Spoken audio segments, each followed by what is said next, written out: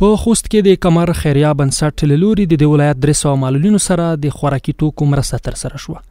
د مسؤلینو په خبره چې د مرستې لپاره اړمن کسان د خوست معلولینو ریاست سره په همغږۍ د سروې له لارې ټاکلي او زیاتوي چې د خوست سربیره په نورو ولایتونو کې هم د روژې مبارکې میاشتې په مناسبت د اړمنو کسانو سره مرستې کړي.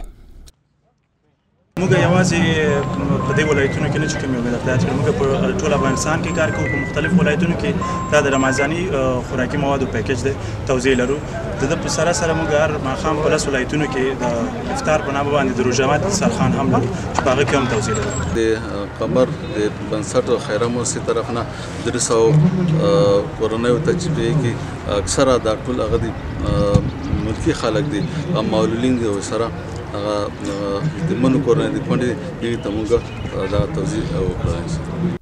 بلخوا مرسته ترلاسه کوونکي کسان که څه هم د مرستې په ترلاسه کولو خوښ وو، خو زیاتوي چې دا د کورنۍ ټول ضرورتونه نشي پوره کولی او په راتلونکي کې د نړیوالو مؤسساتو او خیریه بنسټونو د ورته نورو مرستو غوښتنه کوي. کور کې که ته وایي چې اکثر ته وکړو چې غلې ګوړه نه ون هر شي ته ضرورت لرو، نو دا میگی دا چې کمک شبه که دا واسه یو هفته غلا میگی نه چې واسه می هفته باشه خب 15 روز گذرات پا بشه. میگی مشکلات هغه دی ورته چې زه خپل او زه زون ته وایم کور کې مریضي ده، د مریضۍ دومره پیسې واسه نه لرم چې خپل علاج کوم. اول د زون بیا د خپل مېرمنې او دا نور د کور خرچه شو، مطلب دغه واسه نه لرم. ډېر اړتیا ډېر خوشحاله شو چې خبر شو چې مقصد مرسته ورکوي معیبینو. دومره خوشحال شو چې هغه څومره نه وایي.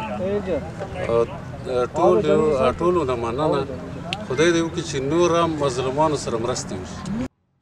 په خوست کې د معلولینو سره د خوراکي توکو مرسته داسې مهال ترسره کیږي چې له دې وړاندې د خوست معلولینو ریاست له لوري د لسګونه معلولینو سره د ویلچر بایسکلونو مرسته هم ترسره شوې وه او مسؤلین په راتلونکي کې د نورو مرستو ډاډ هم ورکوي.